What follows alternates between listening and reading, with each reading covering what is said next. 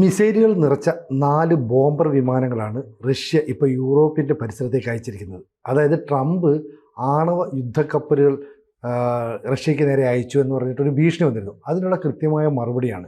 അങ്ങനെയാണെങ്കിൽ അതൊരു മൂന്നാം ലോക മഹായുദ്ധത്തിനുള്ള ഒരു വാതിൽ തുറക്കലാകുമോ? അങ്ങനെ വന്നാൽ അത് മൂന്നാം ലോക മഹായുദ്ധത്തിലേക്ക് കലാശിച്ചു എന്ന് വരാം. പക്ഷെ അങ്ങനെയൊന്നും വന്നിട്ടില്ല.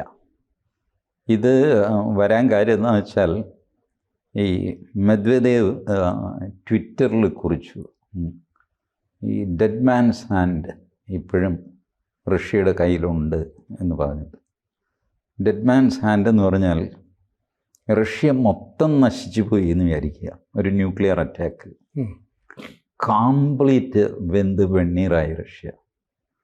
അപ്പോഴും ഒരു മിനിമം ആൾക്കാർ, അവർ എവിടെയാണെന്ന് റഷ്യ ഇന്ന് വരെ വെളിപ്പെടുത്തിയിട്ടില്ല, അവർ അമേരിക്കയുടെ നേർക്കോ ആരുടെ നേർക്കമാണ് അയക്കുന്നത്. ന്യൂക്ലിയർ അറ്റാക്ക് നടത്താനുള്ള കേപ്പബിലിറ്റി റഷ്യയുടെ അപ്പോഴും ഉണ്ടാവും. ഇതാണ് ഡെഡ് മാൻസ് ഹാൻഡ്. എല്ലാവരും മരിച്ചു കഴിഞ്ഞു.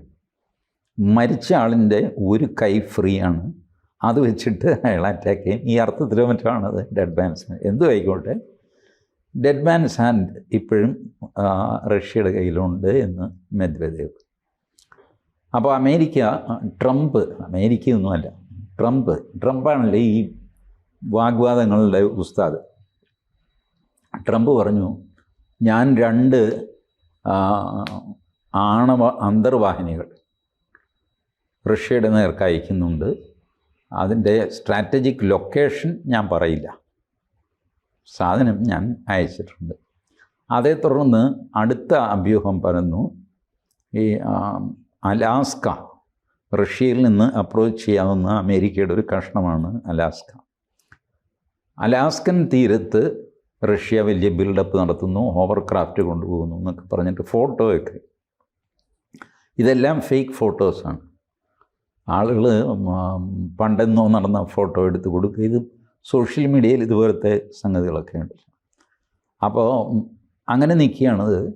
മെദ്വദേവ് അല്പം പ്രകോപിപ്പിക്കുന്നൊരു മറുപടിയാണ് ട്രംപിന് കൊടുത്തത്. താൻ എങ്ങോട്ടാണ് ഈ ആണവ അന്തർവാഹിനി അയച്ചത്? എപ്സ്റ്റീൻ ഐലൻഡിലേക്കാണോ എന്ന് ചോദിച്ചു. എപ്സ്റ്റീൻ ഐലൻഡ് എന്നുള്ള പ്രയോഗം വല്ലാത്തൊരു പ്രയോഗമാണ്. എപ്സ്റ്റീൻ ഒരാളിൻ്റെ പേരാണ്. എപ്സ്റ്റീൻ ഫയൽസ് എന്ന് പറഞ്ഞ് അമേരിക്കയിലെ ഒരു കേസുണ്ട്. അതായത് പ്രായപൂർത്തിയാകാത്ത പെൺകുട്ടികളെ പീഡിപ്പിക്കുന്ന ഒരു മനുഷ്യനായിരുന്നു എപ്സ്റ്റീൻ. അവരെ ഒരു പ്രത്യേക സ്ഥലത്ത് കൊണ്ടുപോയിട്ട് താമസിപ്പിക്കുകയും വലിയ VIP-കൾക്ക് അവിടെ വിസിറ്റ് ചെയ്തിട്ട് ഈ പെൺകുട്ടികളെ ഉപയോഗിക്കാനുള്ള സാഹചര്യം ഒരുക്കുകയൊക്കെ ചെയ്ത ആളാണ് എപ്സ്റ്റീൻ. ഉടനെ അയാൾ പിടിക്കപ്പെട്ട് ആ കേസ് നോക്കിക്കഴിഞ്ഞപ്പോൾ അമേരിക്കയിൽ ഒരുപാട് ഉന്നതന്മാർ അതിലുണ്ട്. അതിൽ ട്രംപും ഉണ്ട്. ട്രംപ് അവിടെ പോകുന്ന, അയാളോട് സംസാരിക്കുന്ന വീഡിയോ ഒക്കെ ഉണ്ട്. ബട്ട് ട്രംപ് പെൺകുട്ടികളെ ദുരുപയോഗം ചെയ്യുന്ന വീഡിയോ ഇല്ലതാൻ. പക്ഷേ ട്രംപ് ഈ എപ്സ്റ്റീൻ്റെ കസ്റ്റമേഴ്സിൽ ഒരാളായിരുന്നു എന്നുള്ള വിവരമുണ്ട്. ഇപ്പം ഇത് പെൻറ്റഗണിൻ്റെ കയ്യിൽ, നേരത്തെ CIA-യുടെ കയ്യിൽ, FBI-യുടെ കയ്യിലെല്ലാം ഈ ഫയലുണ്ട്.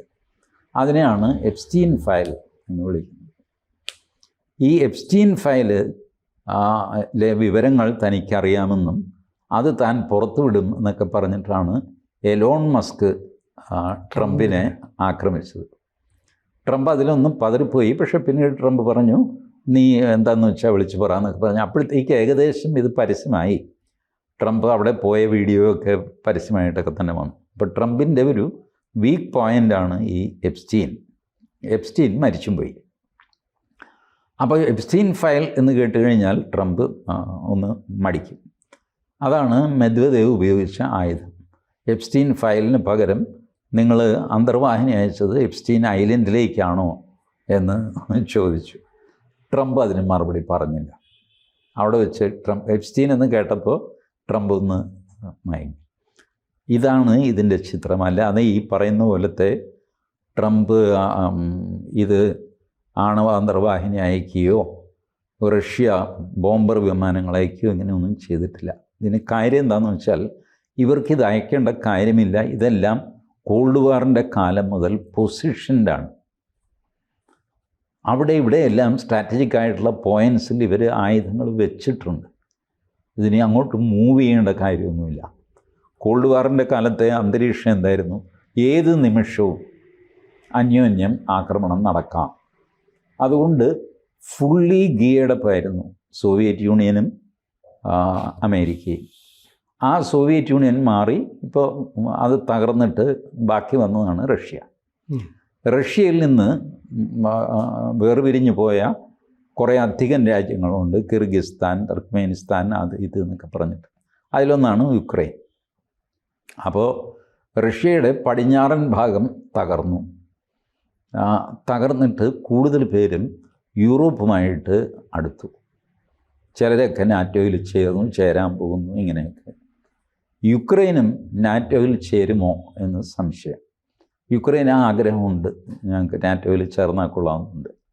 ഇപ്പം നാറ്റോയിൽ ചേർന്ന് കഴിഞ്ഞാൽ നാറ്റോയുടെ ഭീഷണി, പടിഞ്ഞാറെന്നുള്ള ഭീഷണി റഷ്യയുടെ തൊട്ടടുത്ത് എത്തും. ഇപ്പോൾ റഷ്യയുടെ പ്ലാൻ ഇവരെ ഒരു നോമാൻസ് ലാൻഡായിട്ട്, ഒരു ബഫർ സോണായിട്ട് ഈ റഷ്യയിൽ നിന്ന് വേർപിരിഞ്ഞ രാജ്യങ്ങൾ നിൽക്കുക. ജോർജിയ, തുർക്ക്മെനിസ്ഥാൻ, ഇവരൊക്കെ ആ ബോർഡറിൽ അങ്ങ് നിൽക്കുക. നാറ്റോയിലും അല്ല, റഷ്യയിലും അല്ല, ന്യൂട്രലായിട്ട്. അതിന് വിരുദ്ധമായിട്ട് യുക്രൈൻ പെരുമാറാൻ തുടങ്ങി. സെലൻസ്കി നാറ്റോയിലേക്ക് പലതവണ പബ്ലിക്കായിട്ട് തന്നെ നാറ്റോയിൽ എടുക്കണം എന്നൊക്കെ ആവശ്യപ്പെടാൻ തുടങ്ങി. യുക്രൈനെ എടുത്താൽ എന്താ എന്ന് നാറ്റോ ആലോചിക്കാൻ തുടങ്ങി. അങ്ങനെയൊക്കെ വന്നപ്പോഴാണ് പുടിൻ യുക്രൈനെ ആക്രമിക്കുന്നത്. വെറുതെ ഒന്നുമല്ല, വെറുതെ കയറി ആക്രമിച്ചതൊന്നുമല്ല. ആ സ്ഥലം കിട്ടിയിട്ട് പുടിന് വലുതായിട്ടൊന്നും ചെയ്യാനൊന്നുമില്ല. ബട്ട് 1-2 പോർട്ടൊക്കെ കിട്ടും. ഈ വാം വാട്ടർ പോർട്ട് എന്നൊക്കെ പറയുന്ന മറ്റേ റഷ്യയുടെ പോർട്ടുകൾ പലതും ശീതകാലത്ത് അടച്ചിടേണ്ടി വരും. ആ ദുരിതമൊക്കെ ഒഴിവാക്കാം. പക്ഷേ അതിനുവേണ്ടി ഇത്ര കോസ്റ്റ്ലി ഒരു വാറിന് പുടിൻ പോകുമായിരുന്നില്ല. പുടിൻ പോയത് ഈ യൂറോപ്പിൻ്റെ ഭീഷണി കാരണമാണ്, നാറ്റോയുടെ ഭീഷണി കാരണമാണ്. അതർവൈസ് പുടിൻ ഹൈലി ഡിസിപ്ലിൻഡ് ആയിട്ടുള്ള ഒരു KGB ഓഫീസറാണ് പുടിൻ. പുടിനായിട്ട് ഒരു ബഹളം എങ്ങും ഉണ്ടാവാതിരിക്കാൻ പുടിൻ ശ്രദ്ധിക്കുകയും ചെയ്യും. അനാവശ്യമായിട്ട് സംസാരിക്കില്ല. ഇങ്ങനെയൊക്കെയുള്ളൊരു ക്യാരക്ടറാണ് പുടിൻ. അപ്പോൾ ഈ പറഞ്ഞ പോലെ 3-ാം ലോക മഹായുദ്ധത്തിലേക്ക് നയിക്കേണ്ട ഒരു സാഹചര്യമൊന്നും ഇപ്പോഴില്ല. പക്ഷെ ബോംബർ വിമാനങ്ങൾ അവിടേക്ക് പറന്ന് ചെല്ലുന്നു, യൂറോപ്പിൻ്റെ മുന്നിലേക്ക് എത്തുന്നു എന്നൊക്കെ പറഞ്ഞു കഴിഞ്ഞാൽ അത് കൃത്യമായൊരു ഭീഷണിയല്ലേ? അതൊക്കെ പറച്ചിലല്ലേ, അതൊക്കെ വെറും പറച്ചിലല്ലേ. അങ്ങനെയൊന്നും സംഭവിച്ചിട്ടില്ല. ഒന്ന്, ബോംബർ വിമാനങ്ങൾ യൂറോപ്പിൽ കൊണ്ടുപോയി വിന്യസിക്കേണ്ട, അതിർത്തിയിൽ കൊണ്ടുപോയി വിന്യസിക്കേണ്ട കാര്യം റഷ്യയ്ക്കില്ല. ഇതൊക്കെ നേരത്തെ തന്നെ അവിടെ ഉള്ള താവളങ്ങളാണ്. കോൾഡ് വാറിൻ്റെ കാലത്ത് ഉണ്ടായിരുന്ന താവളങ്ങൾ ഇപ്പോഴും ഉണ്ട്. അതൊന്നും ആരും ഡീകമ്മീഷൻ ചെയ്തിട്ടില്ല. ആകെ ചെയ്തിരിക്കുന്നത് യുക്രൈനിലുണ്ടായിരുന്ന ആണവായുധങ്ങൾ യുക്രൈൻ സോവിയറ്റ് യൂണിയൻ റഷ്യയ്ക്ക് കൈമാറി. കാരണം യുക്രൈൻ പിരിഞ്ഞു പോകുമ്പോഴുള്ള കണ്ടീഷൻ അതായിരുന്നു. റഷ്യ പറഞ്ഞു, കാര്യമൊക്കെ ശരി, ആ സാധനങ്ങൾ മുഴുവൻ ഇങ്ങോട്ട് ഷിഫ്റ്റ് ചെയ്തിട്ട് നിങ്ങൾ സ്വതന്ത്രരായിരിക്കുന്നു. കാരണം ഒരു ആണവരാജ്യം ആയിട്ട് യുക്രൈൻ മാറാൻ റഷ്യ ആഗ്രഹിച്ചില്ല. അതൊക്കെ വളരെ വയലൻറ്റും അത്ര സുഖമല്ലാത്ത രീതിയിലൊക്കെയാണ് ഇവർ പിരിഞ്ഞത്. അതിൻ്റെയൊക്കെ ചുരുക്കം എല്ലാവർക്കും ഉണ്ട്. ബേസിക്കലി ഈ യൂറോപ്യന്മാർ റഷ്യക്കാരെ ഒരു കുറഞ്ഞവരായിട്ടാണ് കാണുന്നത്. അവരുടെ രീതിയിൽ നോക്കുമ്പോൾ തൊട്ടുകൂടാത്തവരാണ് റഷ്യക്കാർ. വെളുത്തിരിക്കുന്നതേ ഉള്ളൂ, ഇവന്മാരെ അടുപ്പിക്കാൻ കൊള്ളില്ല. ഇതാണ് യൂറോപ്പിൻ്റെ റഷ്യയെ പറ്റിയുള്ള റഷ്യൻ ഓർത്തഡോക്സ് ചർച്ച് എന്നൊക്കെ പറഞ്ഞാൽ ഒരു കുറഞ്ഞ ചർച്ച്. നമ്മുടെ നാട്ടിലും ഉണ്ട് ലത്തീൻ സഭ എന്ന് പറഞ്ഞാൽ. അതെന്ന് പറയുന്ന പോലത്തെ ഒരു പുച്ഛം യൂറോപ്യൻ ക്രിസ്ത്യൻസിന് ഈ റഷ്യൻ ഓർത്തഡോക്സ് ചർച്ചിനോടുണ്ട്. അത് ഇതിൻ്റെ ഒരു അണ്ടർലൈനിങ് ധാരയാണ്. അപ്പോൾ അതിൽ ജോർജിയ എങ്ങനെ ചിന്തിക്കുന്നു, യുക്രൈൻ എങ്ങനെ ചിന്തിക്കുന്നു, ഇതെല്ലാം ഒരു ഘടകമായിട്ട് വരും. അപ്പോൾ ഏതായാലും ഈ തേർഡ് വേൾഡ് വാർ എന്നൊക്കെ പറയുന്നത് വെറുതെ പറയുന്നതാണ്. അതൊന്നും ഉണ്ടാവാനൊന്നും പോകുന്നില്ല. എന്തായാലും അമേരിക്ക അവിടെ യുദ്ധ കപ്പലുകളുമായിട്ട് എത്തുന്നു, റഷ്യ ഇപ്പുറത്തെ യുദ്ധവിമാനങ്ങളുമായിട്ട് എത്തുന്നു. എന്തെങ്കിലും ഒരു സംഘർഷം ഉണ്ടായാൽ പ്രശ്നമാണ് അല്ലേ ലോകത്ത്? ഉണ്ടായാൽ പ്രശ്നമാണ്, പക്ഷെ ഉണ്ടാകുമെന്ന് ഞാൻ കരുതുന്നു. കൂടുതൽ വാർത്തകളും വിശേഷങ്ങളും നിങ്ങളിലേക്ക് എത്താൻ ABC മലയാളം സബ്സ്ക്രൈബ് ചെയ്യുക. ബെൽബട്ടനും അമർത്തുക.